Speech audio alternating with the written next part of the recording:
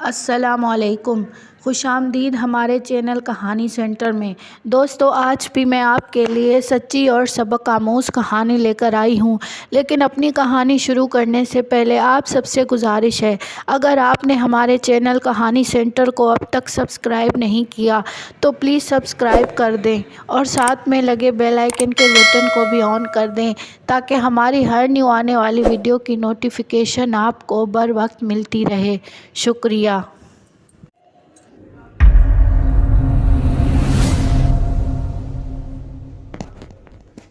تم نے مجھے کیسے ڈھونڈا، جیسے زندگی موت ڈھونڈتی ہے۔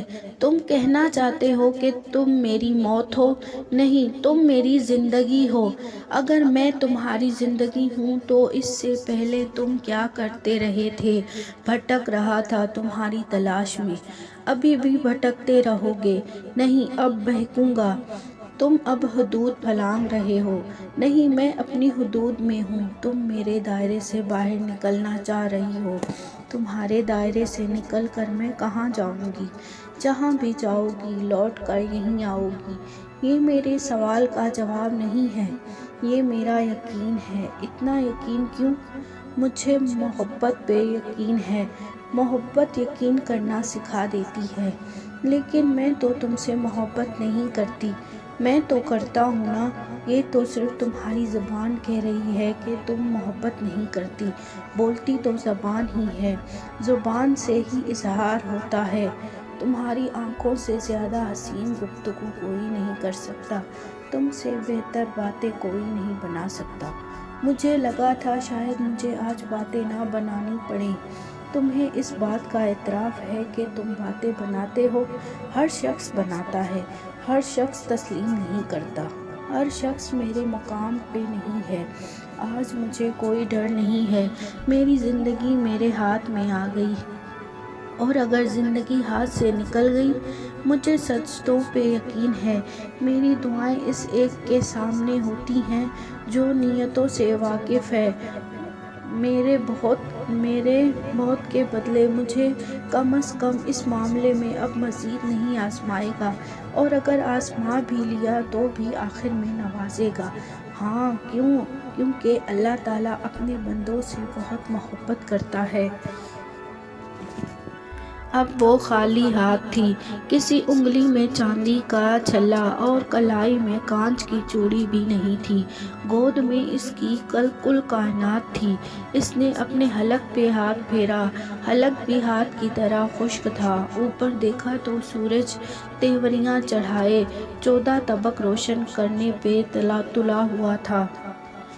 نیچے دیکھا تو زمین تندور کی طرح دہک رہی تھی۔ پلاسٹک کی چپل زمین کی گرمائش کو پیروں تک پہنچنے سے روکنے میں یکسر ناکام تھی۔ اللہ نے اسے کبھی اتنی بڑی آزمائش نہ دکھائی تھی، لیکن پھر بھی وہ مطمئن تھی۔ اسے بھروسہ تھا کہ اللہ نے اسے اس دنیا میں تنہا ہونے کے باوجود ہمیشہ سہارا دیا، سہارے کے لیے مختلف وسیلے بھیجے۔ اس دفعہ آن پڑنے والی آزمائش نے اسے صحیح معنوں میں جھنجھوڑ کر رکھ دیا، لیکن اللہ پر ایسا کامل یقین تھا کہ نہ کبھی ٹھوکر کھانے دیتا اور نہ کبھی گرنے دیتا۔ سامنے نظر اٹھا کر دیکھا تو ساری دنیا گرم لگی اور سنسان، دور دور تک کوئی ذی روح نہ تھا۔ اسے پھر وسیلہ چاہیے تھا۔ اس نے آسمان کی طرف نظر اٹھا کر دیکھا، پھر اتنی زرد سی چادر کو مزید سختی سے اپنے گرد لپیٹ لیا۔ بعض اوقات تنہا ہونا بہت سے ڈر جگا دیتا ہے، گرمیوں کی دوپہر میں ویسے بھی کسی خوفناک دیو کی طرح۔ گلی کوچوں کو ساری رونقیں نکل لیتی ہیں۔ پیاس سے اب اگلا قدم رکھنا محال تھا۔ ہاتھ میں اٹھائے وجود میں جنبش ہوئی۔ اس نے چونک کر اپنی ننھی جان کو دیکھا۔ اس کی آنکھیں نیند بے ہوشی کے رنگ لیے پلکوں کا بوجھ اٹھائے ہوئے ہلکان تھیں۔ چہرے پہ پیاس کی داستان رقم تھی۔ نظر دوبارہ اٹھی۔ اس نے ناتواں وجود کو سینے سے لگایا اور گڑ گھائی گہنوں کا درد آنکھوں سے سیال کی مانند نکل آیا۔ نظر اٹھا کر دیکھا تو سامنے مسجد تھی۔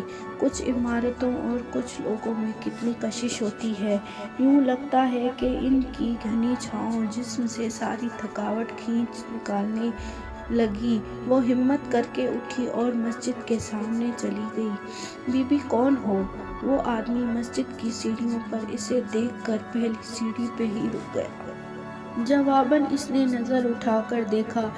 اس ایک نظر میں اتنی فریاد تھی کہ کھڑا ہوا شخص کانپ کر رہ گیا۔ میرے ساتھ چلو۔ وہ بھی کسی ٹرانس میں گرفتار ہوئی۔ انسانوں کے تعلق کا ان لہروں سے بہت تعلق ہے جو نظر نہیں آتی، جو آنکھوں سے بولتی ہیں اور آنکھوں کی سمجھتی ہیں۔ اس کی آنکھوں نے ان آنکھوں کی کپ کپی پڑھ لی۔ وہ بادل ناخواستہ اٹھی اور اس جھکی نظر والے شخص کے نیچے چلتی مسجد سے ملحقہ گھر میں داخل ہو گئی۔ زارا اٹھ جاؤ، ثمینہ کی ایک آواز لگانے کی دیر تھی۔ زارا بستر سے ایسے اٹھی جیسے سوئی ہی نہیں تھی۔ منہ ہاتھ دھویا اور ناشتے کے نام پر بچا ہوا پراٹھا اسے کھانے لگی جیسے دنیا میں اس سے بڑی کوئی نعمت نہیں۔ آدھا پراٹھا اور 2 نوالے الگ سے تھے۔ اس نے خاموشی سے نگل لیے۔ پھر کیا سوچا ہے؟ اسکول جاؤ گی؟ ثمینہ نے آس بھری نظروں سے دیکھا۔ آپ کو مجھ سے کچھ پوچھنے کی ضرورت کیوں رہتی ہے؟ آپ جانتی ہیں کہ جیسا آپ نے کہہ دیا ہے میں نے ویسا ہی کرنا ہے۔ میرا دائرہ بھی آپ اور میرا محور بھی آپ ہی ہیں۔ آپ کے کہے سے روگردانی کر سکتی ہوں، نہ آپ کی قائم شدہ حدود سے تجاوز کر سکتی ہوں۔ زارا نے برتن میز پر رکھتے ہوئے جواب دیا۔ ثمینہ کے چہرے پر ایک پھیکی سی مسکراہٹ پھیل گئی۔ زارا نے دیوار پر لگی اکلوتی آرائش اور ضرورت کی طرف دیکھا۔ 7 بج رہے تھے۔ ماں کی کالی چادر اٹھائی اور اپنی متاع کل سے باہر نکل آئی۔ ٹوٹی پھوٹی سیڑھیوں سے اتری تو ماربل کا فرش منظر تھا۔ یوں لگتا تھا جیسے زمانہ قدیم سے عصر حاضر میں آ گئی ہو۔ اس نے ایک پل کو فرق جانچا۔ اوپر کے اکلوتے کمرے میں کیا تھا؟ زندگی گزارنے کا سامان۔ نیچے کے پورشن میں کیا تھا؟ زندگی جینے کے لیے آسائشیں۔ دھیمے دھیمے قدم بڑھاتے اسے ڈر تھا کہ اگر کوئی اٹھ گیا تو اس کی ماں کی خواہش کو اپنے پیروں تلے روند دے گا۔ تمام تر احتیاط کے باوجود وہ آواز آئی۔ ارے او لڑکی، کام لے کر آنا، ہم کب تک تمہارا بوجھ اٹھائیں گے؟ اس آواز کو وہ ہزاروں میں پہچانتی تھی اور کبھی سننا نہ چاہتی تھی، لیکن اتنا کم از کم واضح ہو گیا کہ اس کے گھر سے نکلنے میں شاہوں کی مرضی شامل ہے۔ پیچھے مڑ کر دیکھنے کا دل نہ تھا، اور اگر آگے چلی جاتی تو شاہوں کے سامنے گستاخ بنتی۔ اس نے منہ موڑے ہی سر ثبات میں ہلایا اور دہلیز عبور کر گئی۔ گھر سے نکلتے ہی ایک سانس جسم کے پنجرے سے آزاد ہوا۔ اس گھر میں ایک ایک سانس بھاری تھی، ہر ایک نوالا بوجھ تھا، اور زندگی سہمی ہوئی تھی۔ زہرا کا دل چاہتا کہ اللہ سے شکوہ کرے کہ اللہ تو نے اتنے لوگوں کو نارمل زندگی دی، نارمل اٹھنا بیٹھنا چلنا پھرنا دیا ہے۔ اے اللہ، مجھے بھی دے دیتا ایک چھوٹا سا گھر جس میں میرا باپ ہوتا، زندہ ہوتا، میرے ساتھ ہوتا، چپڑی رونی نہ کھلاتا، بھوکا سلا دیتا، لیکن میں اس سے حق سے مانگتی، چاہے سخت مزاج ہوتا، میری ماں پہ مار پیٹ کر لیتا، لیکن کبھی سال میں ایک دفعہ مسکرا کر دیکھ لیتا تو اس کی تھکاوٹ دور ہو جاتی۔ اتنے لوگوں کے سر پر باپ کا سایہ ہے، اگر ایک میرے سر پہ بھی باقی رہتا تو کیا تھا؟ تیرے خزانے پہ تو کوئی اثر نہ پڑتا۔ یہ سارے شکوے اس کے اندر اندر اٹھتے اور لبوں پر آنے سے پہلے دم توڑ دیتے۔ وجہ ڈر تھا۔ اس کی زندگی کی واحد وجہ اس کی ماں تھی، ماں جو پیار کرتی تھی، جو پوری دنیا میں واحد ہستی تھی کہ اس کے انکہے درد جان لیتی تھی۔ اسے ڈر تھا کہ اگر اس نے اللہ سے شکوہ کیا تو اللہ خفا ہو جائے گا اور اس کی ماں کو بھی چھین لے گا۔ اس ڈر کی وجہ سے وہ خاموش تھی۔ اسے کیا پتا وہ ذات انکہے ڈر بھی پہچان جاتی ہے۔ زہرا نے برائٹ فیوچر اسکول سے ہی میٹرک کیا تھا اور آج پورے 4.5 سال بعد یہاں واپس آئی تھی۔ ثمینہ کو ان کا ہمیشہ ہی بڑا آسرا رہا۔ 2-4 جوڑے سی دیتی تو زہرا کی فیس نہ دینی پڑتی۔ جب 5-6 سوٹ سیتی تو اسما بند مٹھی میں کچھ پیسے تھما دیتی۔ گھر کا تھوڑا بہت خرچ تو چل ہی جاتا۔ زہرا نے بہت نیچی آواز میں اپنا مدعا سامنے رکھا۔ پیسہ انسان کو دنیا میں کتنے رنگ دکھا دیتا ہے، انسان کو نیچے لے جاتا ہے، اتنا نیچے کہ انسان جتنا بھی چیخ کر بولے اس کی آواز اندر گھٹ جاتی ہے۔ جو بھی تھا اور جیسے بھی تھا، اس نے کبھی مدد نہیں مانگی تھی، کبھی فیس معافی کی درخواست نہیں دی تھی، معاشی حالات کمزور ہونے کے باوجود کبھی فیس جمع کروانے میں تاخیر نہیں کی تھی۔ اسما مسکرائیں۔ آج کل کے دور میں مانگنے والے ہیں، شکر ہے آپ نے مدد نہیں مانگی، آپ نے موقع مانگا ہے، اور یہ اللہ تعالیٰ کا آپ پر بہت بڑا احسان ہے کہ اس نے آپ کو محنت کرنے کا راستہ دکھایا ہے۔ اگر آپ محنت کرنے کے بجائے مدد مانگنے آتی تو شاید یہ پہلی اور آخری مدد ہوتی۔ زہرا نے ممنون نظروں سے اسما کو دیکھا۔ اس اسکول میں اس نے لکھنا پڑھنا سکھایا تھا، وہ اس اسکول میں کبھی پڑھانے جائے گی یہ اس نے کبھی سوچا بھی نہیں تھا۔ اسما نے اگلے دن سے زہرا کو اسکول پڑھانے کی نوید دی اور وہ یہ جان فزا خبر اپنے پلو سے باندھ کر گھر لوٹ آئی۔ اس شخص نے اسے نظر بھر کر نہیں دیکھا تھا۔ وہ بیک وقت ڈری ہوئی تھی اور مطمئن بھی تھی۔ اسے خود سے زیادہ یقین اللہ کی ذات پہ تھا۔ وہ ڈرتی ہچکتی اس کے پیچھے چلتی آئی۔ یہاں بیٹھ جائیں۔ اس شخص نے امرود کے درخت کے سائے میں بچھے تخت کی طرف اشارہ کیا اور سامنے ایک ادھ کھلے دروازے میں داخل ہو گیا۔ وہ وہاں پر ساکت بیٹھی رہی۔ زبان کی چارپائی پہ پتوں سے چھپن کر آتی دھوپ ٹھنڈی سی لگی۔ اب سورج سے براہ راست مقابلہ نہیں تھا۔ سامنے مٹی کا گھر کھڑا پڑا تھا۔ دل چاہا اٹھ کر اپنی بیٹی کی پیاس بجھا لے، لیکن اس کے پاس اجازت لے کر پانی پینے کے سوا کوئی چارہ نہیں تھا۔ تھوڑی ہی دیر میں وہ شخص واپس آیا۔ اس عاجز سے بندے کا نام رحیم تھا اور یہ نام اپنے پورے معافی اور مطالب کے ساتھ اس کی شخصیت پہ حاوی تھا۔ اس کی آدھی سیاہ آدھی سفید داڑھی میں انکساری اور متانت جھلک رہی تھی۔ اس کے ساتھ آنے والے مرد اور عورت کے حال حلیے سے لگ رہا تھا کہ آرام میں خلل ڈالا گیا۔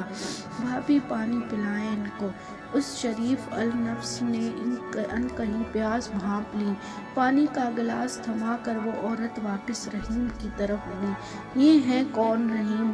وہ عورت جائزہ لینے پر مصر رہی۔ اس کی آنکھیں اندر تک جھانکنے کو بے تاب لگیں۔ آدھے گھنٹے میں ثمینہ نے اپنی ساری داستان سنائی۔ کہتے کہتے وہ رونے لگتی تو لفظوں کا راستہ آنسو روک لیتی۔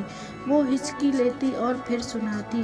لفظ کچھ باہر نکل رہے تھے اور کچھ اندر ہی رہ گئے تھے۔ سننے والوں نے جو سنا اس کا لباب یہ تھا کہ شوہر فوت ہو گیا اور سسرال والوں نے دھکے دے کر گھر سے باہر نکال دیا۔ سسرال 2 شہر دور ہے۔ وہ بیٹی سمیت بس پہ سوار کر کے چلتے بنے۔ یہ بھی غنیمت کہ جان بخش دی۔ ہائے ایسے کیسے نکال سکتے ہیں سسرال والے، تمہارا کوئی بڑا تو ہوگا، اسے ساتھ لے جاؤ اور ان لوگوں سے بات کرو۔ وہ عورت جو رحیم کی بھابی تھی ہاتھ نچا کر بولی، انسان کی جسمانی حرکات اس کے باطن کا آئینہ ہوتی ہیں۔ کچھ لوگ ہاتھ اٹھا کر اپنی بات کی وقت بڑھاتے ہیں اور کچھ لوگ ہاتھ اٹھا کر اپنی ہی وقت گھٹا دیتے ہیں۔ میرا کوئی اپنا نہیں ہے، صرف ایک تایا تھے، والدین کی وفات بچپن میں ہو گئی تھی۔ تایا بے اولاد تھے اور کرائے کے گھر میں رہتے تھے۔ تائی کی وفات چند برس پہلے ہوئی، ابھی پچھلی سردیوں میں تایا بھی فوت ہو گئے۔ کوئی عزیز رشتے دار نہیں جس سے سایہ مانگ سکوں۔ ملنے والے بھی ایسے موقع پر صاف جان چھڑاتے ہیں۔ آپ بے فکر رہیں، میں آپ پہ بھی بوجھ نہیں بنوں گی، یہاں سے چلی جاؤں گی۔ ثمینہ نے آنکھ کے کونے صاف کرتے ہوئے اپنا خاندانی پس منظر بتایا اور اپنے سر پہ کھڑے لوگوں کی نظر میں تماشا نہ بننے کی صحیح کی، یعنی تمہارا کوئی نہیں، کوئی بھی نہیں، اب تم کہاں جاؤ گی؟ سنا ہے بڑے بازار میں خواتین کو پناہ دینے والے ادارے ہیں، اتنی اچھی ساکھ نہیں ہے، لیکن اب تمہیں کوئی نہ کوئی چار دیواری اور چھت تو چاہیے۔ ابھی 2 گھڑی سکون لو، پھر میں قشور بیگم خود تمہیں چھوڑ کر آتی ہوں۔ اس عورت نے اپنا تعارف کرواتے ہوئے دبے لفظوں میں باہر کا رستہ دکھایا۔ ثمینہ نے اسباب میں سر ہلا دیا۔ یہ کہیں نہیں جائیں گی، یہ یہیں رہیں گی، رحیم نے قطعی انداز میں کہا۔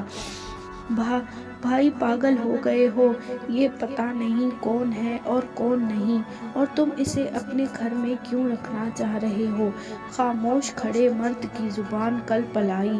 یہ یہاں رہے گی۔ کہاں؟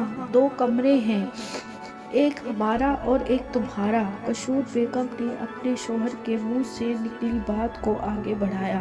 سلیم، میں نے کہہ دیا، یہیں رہیں گی تو میں یہیں رہیں گی۔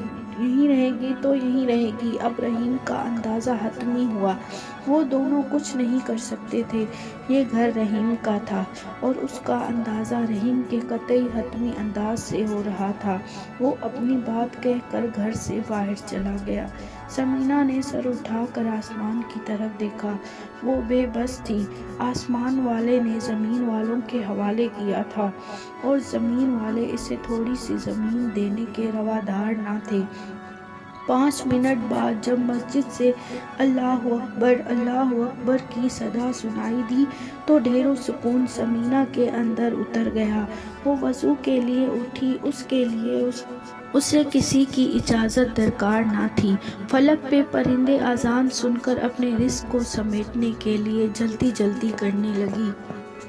گھر میں داخل ہوئی تو خوشی اس کے ہر قدم سے چھلک رہی تھی، وہی بھاگ جانے کا دل، وہی ڈر جانے والی طبیعت، اور وہی چپ چاپ جانے کی خواہش۔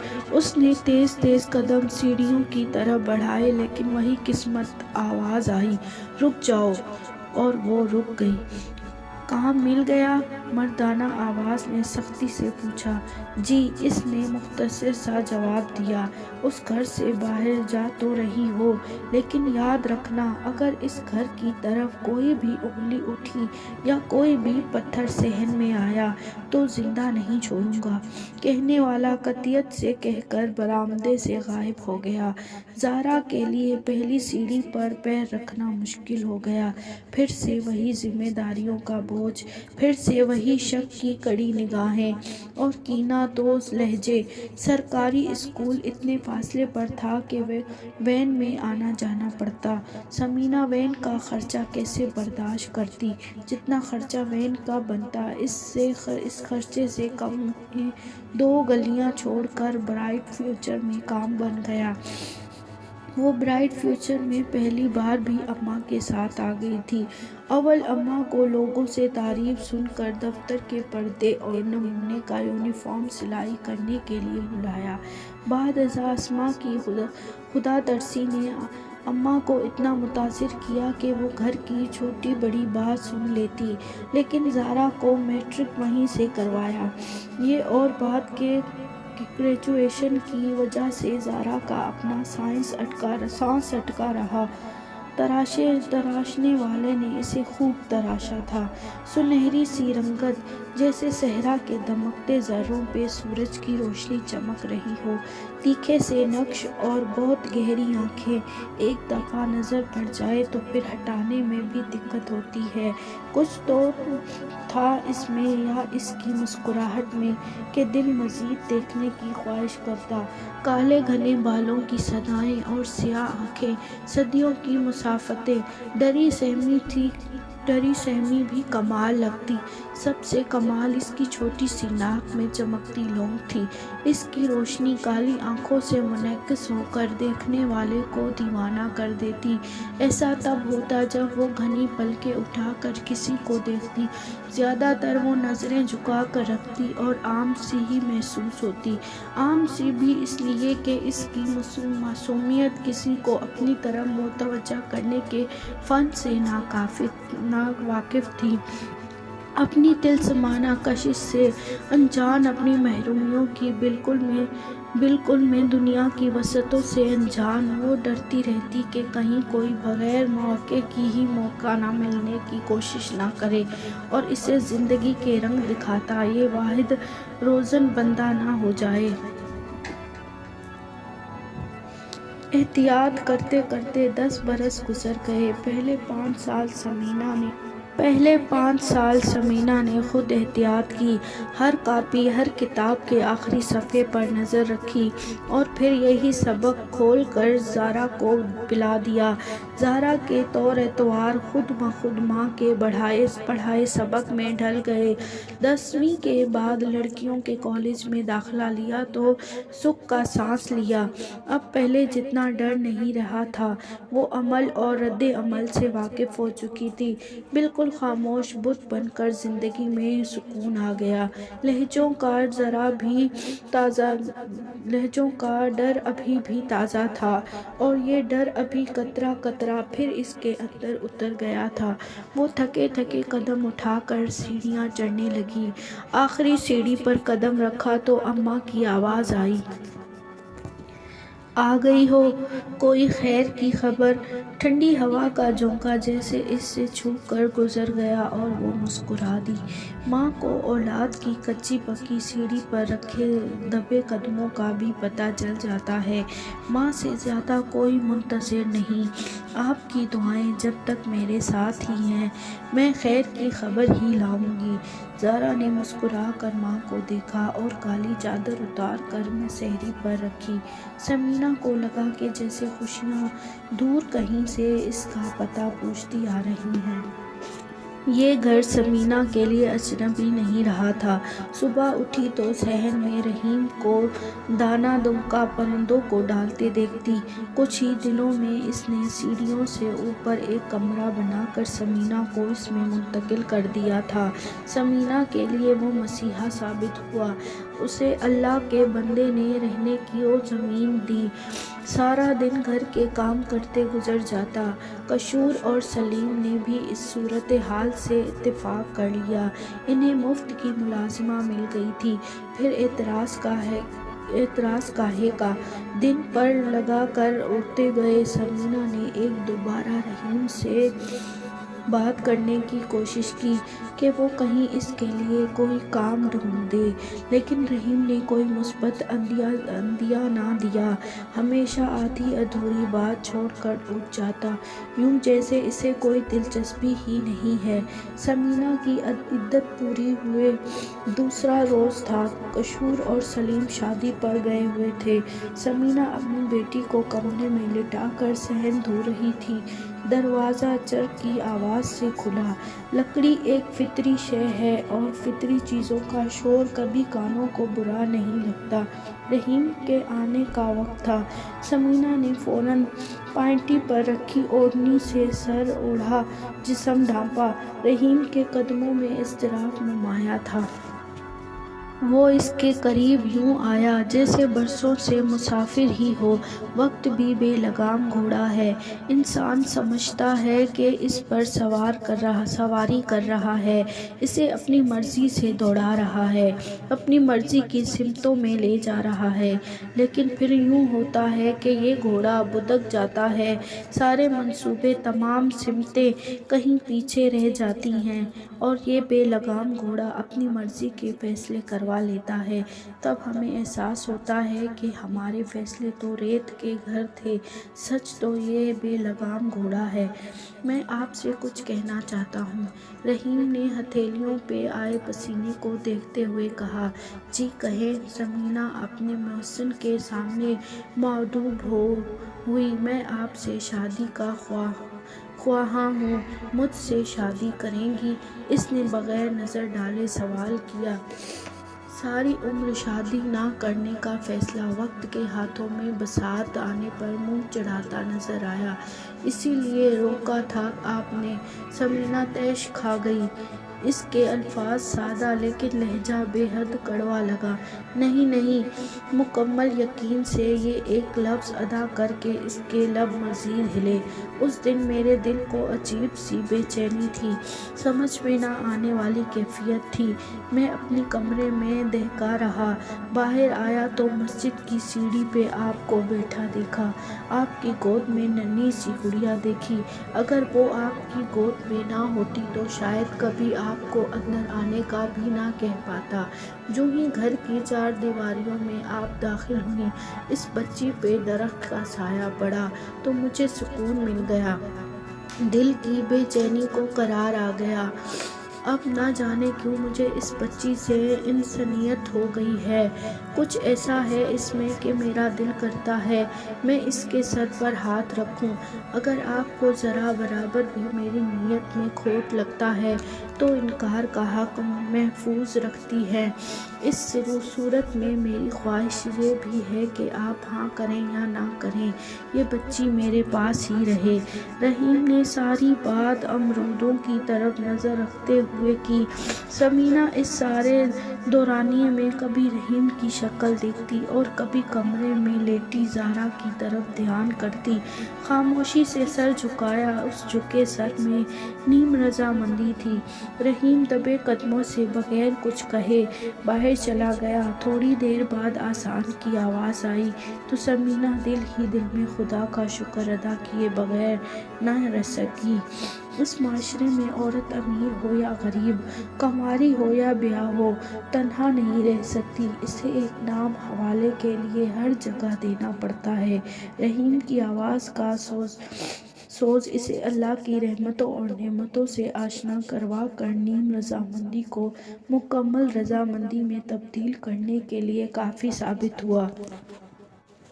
حی علی الفلاح، حی علی الصلاح، اللہ اکبر، اللہ اکبر۔ میں تو خود پر بھی کفایت سے اسے خرچ کروں، وہ ہے مہنگائی میں مشکل سے کمایا ہوا شخص۔ زہرا کا اپنے ہی اسکول میں بحیثیت استاد آج تیسرا دن تھا۔ گلا خشک ہو چکا تھا اور محنت نہ کھلتے ہوئے سنہرے رنگ میں ہلکی سی تپش شامل کر دی تھی۔ کل تو اماں بھی گھر میں کہہ رہی تھی کہ آہستہ بولو، اسکول میں اونچا بول بول کر اسے آہستہ بولنے سے دشواری ہو رہی تھی۔ چھٹا پیریڈ لے کر وہ اسٹاف روم میں آئی تھی۔ آگے فریحہ اور شہناز بیٹھی ہوئی تھیں۔ شہناز اس زمانے میں بھی اسی اسکول میں پڑھاتی تھی جب زہرا 5ویں کلاس میں تھی، اور فریحہ کا اس اسکول میں پہلا سال تھا۔ زہرا کا ٹائم ٹیبل ان دونوں ٹیچر سے میل کھاتا، فری پیریڈ ایک ساتھ ہی آتے۔ کیسی جا رہی ہے نئی نوکری؟ شہناز نے زہرا سے پوچھا۔ الحمدللہ، اچھی جا رہی ہے، بس اونچا بولنا پڑتا ہے، گلا دکھنے لگتا ہے۔ زہرا نے ہلکا سا مسکرا کر جواب دیا۔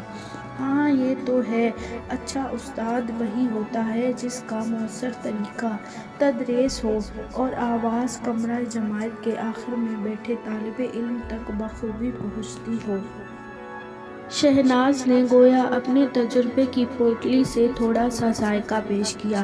ایسا ہی ہے، تھکی ہوئی زارا کے پاس چکھ لینے کے علاوہ کوئی چارہ نہیں تھا۔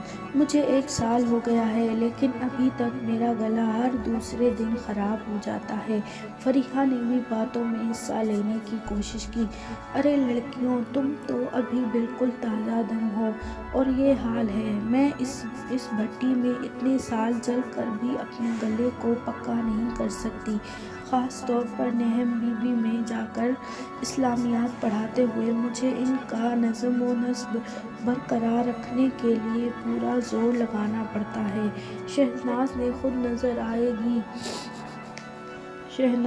خود کو ان کی فہرست میں داخل کرنے کی کوشش کی۔ اپنے بالوں کی لٹ کو کان کے پیچھے کرتی زارا اچونک گئی۔ نہم بی جی جو سیڑھیاں چڑھ کر دائیں جانب ہے، میں وہاں فزکس پڑھاتی ہوں۔ مجھے تو وہ کلاس سب سے بہتر لگی ہے، زارا بولی۔ تم مذاق کر رہی ہو؟ فریحہ نے حیرت سے زارا کی طرف دیکھا اور سوالیہ نظروں سے سوال داغا، لیکن زارا کی سنجیدگی دیکھ کر اسے زبان ہلانا پڑی۔ اتنی بدتمیز کلاس ہے، کسی صورت قابو میں نہیں آتے۔ آخری 2 قطاروں میں بیٹھے ہوئے لڑکوں کا تو اللہ ہی حافظ، وہ ایسی ایسی آوازیں نکالتے ہیں، لگتا ہے جیسے میں کسی چڑیا گھر میں آ گئی ہوں۔ اچھا، واقعی میری کلاس میں تو سب ہی خاموش ہوتے ہیں اور بڑا اچھا رسپانس بھی دیتے ہیں۔ میں تو سوچ رہی ہوں کہ اگر اسی کلاس میں مجھے کچھ اور پیریڈ مل جاتے تو بہتر تھا۔ زارا نے اپنی رائے کا اظہار کیا۔ ہاں، اس کا کلاس میں پیریڈ تمہیں آسانی سے مل سکتے ہیں، کیونکہ مس سائمہ نے پچھلے ہفتے اچانک شادی طے پانے کی وجہ سے اسکول چھوڑا ہے۔ وہ اس کلاس کی کلاس ٹیچر بھی تھی اور 4 مضمون پڑھاتی تھی۔ اس وجہ سے تو تمہیں فوراً رکھ لیا گیا۔ تمہیں بورڈ کی کلاس بھی اس لیے دے دی گئی کہ تمہارا شمار اس اسکول کے سابقہ ہونہار طالب علموں میں ہوتا تھا، ورنہ اتنی ینگ ٹیچر کو بڑی کلاسز نہیں دی جاتی۔ شہناز نے زارا کو اس کی تعاطیٰ کا پس منظر بتایا۔ زارا نے اسباب میں سر ہلایا۔ اگلے مہینے رحیم نے ثمینہ سے نکاح کر لیا۔ قشور اور سلیم کے لیے یہ اتنا بڑا دھچکا تھا کہ انہوں نے اس پر یقین کرنے کے لیے ولیمہ کے کھانے کو فریز کر کے بار بار کھایا۔ سیڑھیوں کے اوپر نیا کمرہ خالی ہو چکا تھا۔ قشور کو لگتا اب ثمینہ اپنے رنگ ڈھنگ دکھائے گی، کھل کر سامنے آئے گی، چست کپڑے پہنے اٹکیلیاں کرتی نظر آئے گی، لیکن ثمینہ میں رتی بھر بھی فرق نہ آیا۔ وہ ویسی ہی سادہ اور ملازمہ سی رہی۔ البتہ رحیم کے کام اب ذوق و شوق سے کرتی۔ رحیم پہلے زارا کو دور سے دیکھا کرتا تھا، مگر اب اٹھا کر باہر لے جاتا، پیار دلار کرتا۔ واپس آتا تو کوئی نہ کوئی کھلونا زارا کے ہاتھوں میں ہوتا۔ قشور کے دل پر سانپ لوٹ جاتے، لیکن وہ زہر کسی مخصوص وقت کے لیے محفوظ کرتی رہی۔ سلیم اس کا شوہر تھا اور رحیم جیٹھ، لیکن اس کے کپڑے لتے سے لے کر گھر کے ہر ضرورت کی چیز اور گھر کے راشن تک ساری ذمہ داری رحیم نے اپنے سر اٹھائی ہوئی تھی۔ سلیم چھوٹا ہونے کی وجہ سے ذمہ داریوں سے آزاد تھا۔ گھر کے ساتھ بنی یہ مسجد رحیم اور سلیم کے والد نے بنائی تھی۔ اس سے رحیم کی قلبی وابستگی بھی تھی اور یہی روزی روٹی کا ذریعہ بھی۔ وہ اس مسجد کا مؤذن بھی تھا اور خادم بھی۔ سلیم اس ذمہ داری سے مکمل طور پر بری عزم تھا۔ گھر سے کچھ دور 5 دکانیں بھی تھیں، جن میں سے 4 کا کرایہ رحیم لے رہا تھا اور 1 کا سلیم۔ محنت رحیم کی تھی، لیکن وہ غیر شادی شدہ تھا، اس لیے راوی چین ہی چین لکھ رہا تھا، مگر اب سکون کے سمندر میں پہلا کنکر گر چکا تھا۔ زارا پاؤں پاؤں چلنے لگی تھی تو ثمینہ کی زندگی میں نجات دہندہ بن کر آنے والا بڑی خاموشی سے چلا گیا۔ عصر کی اذان دیتے دیتے موت کے فرشتے نے رحیم کی روح یوں قبض کی جیسے کلیاں چٹکتی ہیں۔ ایک سکون بھری ہچکی مسجد کے لاؤڈ اسپیکر سے ابھری اور محلے کے ہر گھر میں سنی گئی۔ کچھ چھن سی سمینہ کے اندر یوں ٹوٹا۔ صحن کے اندر کھیلتی زارا کو اس وقت ٹھوکر لگی تھی۔ کچھ اتفاق کتنے برے لگتے ہیں، ان کا اتفاقیہ ہونا زندگی کی بہت سی کڑیوں کو اس طرح جوڑ دیتا ہے کہ انسان کی نگاہ رحم کی طلب میں آسمان پر فریاد کے پرندے بھیجنے پر مجبور ہو جاتی ہے۔ قشور کو اپنا زہر استعمال کرنے کی ضرورت ہی نہ پڑی۔ رحیم خاموشی سے چلا گیا تھا۔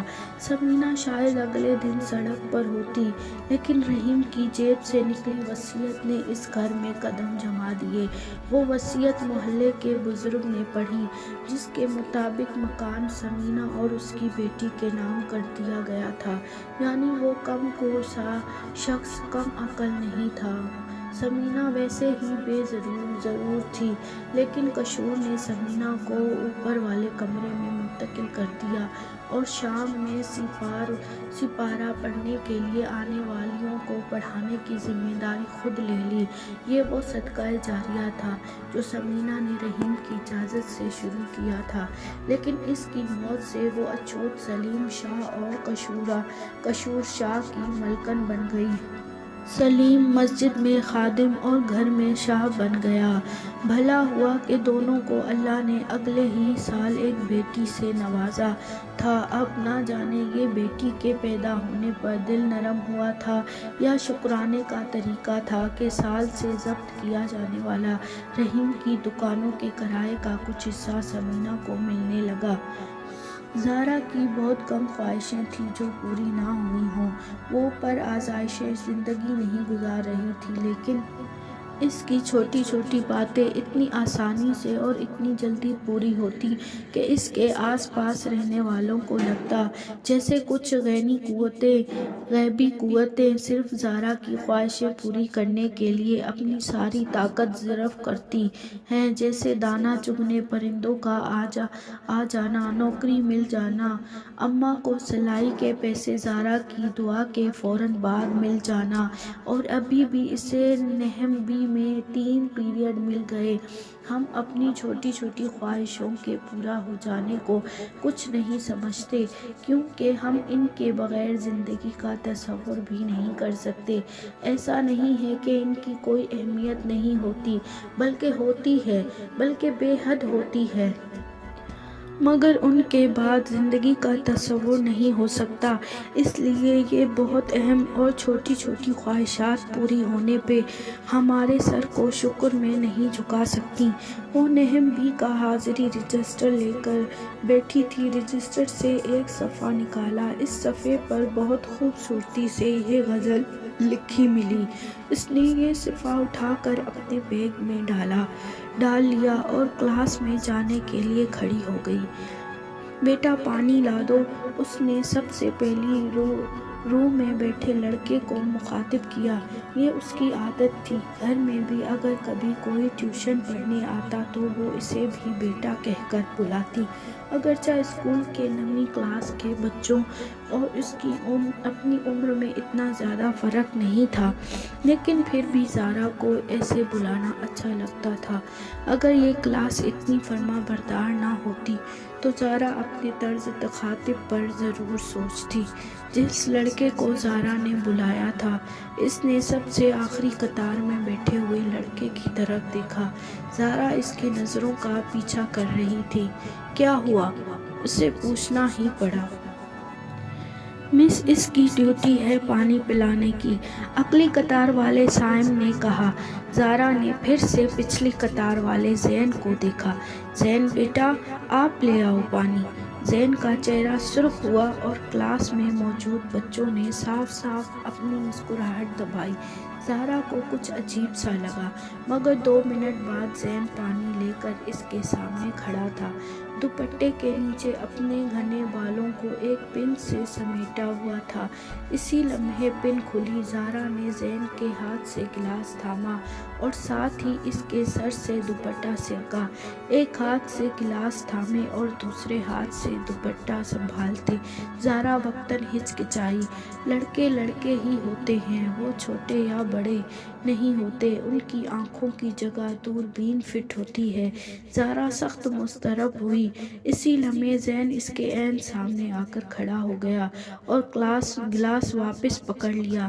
زارا نے تشکر آمیز نگاہیں اٹھا کر زین کو دیکھا اور فوراً سے بال سمیٹ کر دوپٹہ سیٹ کر لیا۔ پانی پی کر زارا کا اعتماد بحال ہو چکا تھا۔ اس نے آرام و سکون سے اپنا لیکچر دیا اور پھر کلاس سے باہر نکل آئی۔ بات سنیں، پیچھے سے آواز آئی۔ زارا نے رخ موڑ کر دیکھا، یہ زین تھا۔ جی بیٹا؟ زارا نے سوالیہ نظروں سے دیکھا۔ آپ مجھے بیٹا نہ کہا کریں۔ نظریں جھکا کر اپنی بات کہہ کر وہ جا چکا تھا۔ زارا حیرت سے کھلا منہ لیے اکیلی کھڑی رہی۔ کٹوریوں میں چڑھاپا باجرہ بندوں کا منظر تھا اور وہ رزق کے تلاش میں یہاں وہاں پرواز کر رہے تھے۔ کمرے کے در و دیوار میں مشین کی گھر گھر گونج رہی تھی اور نفوس کے لیے معمول کی بات تھی۔ اماں آپ کیوں محبت کرتی رہتی ہیں؟ ذرا حیرت سے سلائی مشین پر جھکی ماں سے پوچھ رہی تھی زارا نے۔ تم کیوں اماں اماں کرتی ہو؟ ثمینہ نے سلائی مشین پر جھکے ہی پوچھا۔ کیونکہ میری اماں میری زبان سمجھتی ہے۔ آپ جن کے سامنے محبت کا راگ الاپ رہی ہیں اور جن کی خدمت میں اپنی ہڈیاں گلا رہی ہیں، ان کو آپ کی بالکل ضرورت نہیں۔ کل کو انہیں یہ کام آپ کے ذریعے سے پورے ہوتے نہ ملیں تو یہ کوئی نوکرانی رکھ لیں گے۔ زارا نے کشور بیگم کی قمیص کو غصے سے دیکھتے ہوئے کہا، جسے ثمینہ بڑی ہی نفاست سے سی رہی تھی۔ تمہیں کیا لگتا ہے محبت کی کوئی زبان ہوتی ہے؟ ثمینہ نے سلائی چھوڑ کر اپنی معصوم بیٹی کو دیکھا۔ اور کیا نہیں ہوتی زبان؟ زارا نے جواب میں سوال ہی پوچھا۔ نہیں، محبت کی کوئی زبان نہیں ہوتی۔ جسے روشنی زمین تک کا سفر طے کرتی ہے اور پتہ بھی نہیں لگتا، اسے کسی سواری کی بھی ضرورت بھی نہیں پڑتی۔ جیسے بارش برستی ہے اور پلک جھپکتے ہی موسم بدل جاتا ہے، اسی طرح محبت لمس ہے، محبت احساس ہے۔ یہ پتھر پر پڑنے پر والی مسلسل دستک ہے جو چونک لگا دیتی ہے۔ محبت اپنا آپ منوا ہی لیتی ہے۔ محبت کی اگر کوئی محسوس زبان ہوتی تو جانوروں کو کہاں سمجھ آ پاتی۔ کتا کاٹ لے تو 14 ٹیکے لگتے ہیں، اسی کتے کو محبت کا یقین ہو جائے تو آپ کے تلوے چاٹ لیتے ہیں۔ آپ پر آنے والی مصیبت پر اتنا بھونکتا ہے کہ مصیبت کو لگتا ہے کہ وہ خود مصیبت میں آ گئی ہے۔ اگر جانور کو محبت محسوس کر لیتے ہیں تو کیا انسان نہیں کر سکتے؟ مجھے دستک دینے دو، دروازہ کھولنا ان کے اختیار میں نہیں ہے۔ دروازہ اوپر کھلے گا اور وہاں سے کھولے گا جہاں سے امید بھی نہیں ہوگی۔ ثمینہ نے محبت پاش نظروں سے دیکھتے ہوئے بیٹی کو سمجھایا۔ آپ کی فلسفی کا جواب ہی نہیں ہے۔ یہ بتائیں اب کون سا دروازہ کھلوانا ہے؟ زارا نے شرارت سے کہا۔ ہنستی رہا کرو، اللہ تمہیں ہنستا رکھے۔ ثمینہ نے صاف صاف جواب ٹالا۔ یعنی اب آپ نے جواب نہیں دینا؟ زارا بھی اسی ٹال مٹول کی عادی تھی، لیکن پھر بھی پوچھے بنا نہ رہ سکی۔ ثمینہ کی خاموش مسکراہٹ دیکھ کر باہر چھت پر آ گئی، گھونٹی پر ٹنگے لفافے سے باجرہ نکالا اور مٹی کی کٹوریوں میں ڈال دیا جو منڈیر پر دھری تھی۔ اب اس کے دوستوں نے پھیلا کر آنا تھا اور زارا کی موجودگی کی پرواہ کیے بغیر دانہ چگنا تھا۔ زارا نے منتظر آنکھیں آسمان پر ٹکا دیں۔ اگلی قسط بعد میں۔ اس کہانی کا بقیہ قصہ اگلی قسط میں۔